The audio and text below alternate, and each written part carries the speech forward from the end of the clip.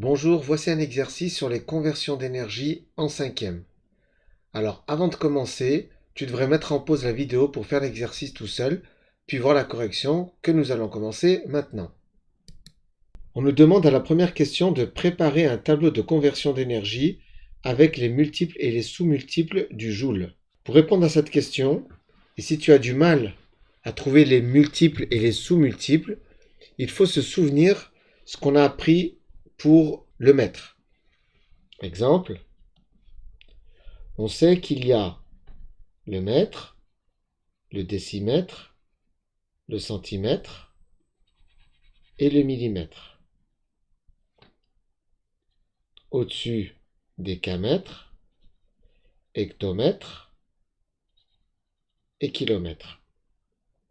Donc ce qu'on va faire maintenant, c'est la même chose, sauf que à la place de la racine mètre, on va la remplacer par joule.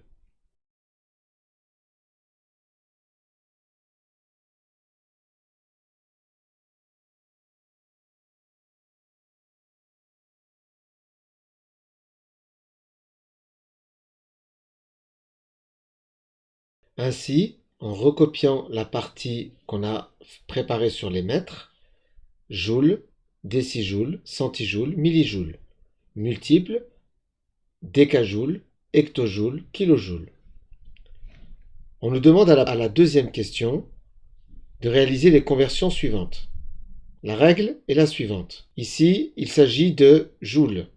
Donc ça veut dire que la virgule doit être dans la case joule. Donc je place ma virgule ici, 0, et puis je place un chiffre par colonne. J'ai donc un 0 ici, un 1 ici et un 5. Ensuite, on doit aller à millijoules. Millijoules se trouvant ici, je barre la virgule qui est là. Je pourrais la mettre là pour m'en souvenir, pour me rappeler que je dois aller à millijoules. Maintenant qu'il n'y a plus de virgule, les deux zéros qui se trouvent avant le 15 ne servent plus à rien. Ainsi, 0,015 joules correspondent à 15 millijoules. Ici, l'unité, c'est toujours le joule. Donc ici, je n'ai pas de virgule, ça veut dire que le chiffre le plus à droite doit être dans la colonne joule. Donc 0 ici, et je recopie en allant vers la gauche. Un 0, un 4, un 5, et comme le 5 sort du tableau, je vais le rajouter ici, mais en dehors. Maintenant, je dois aller à kilojoules. Kilojoules se trouvant ici, je dois mettre une virgule ici, et ainsi, 55 400 joules correspondent à 55,400 kilojoules.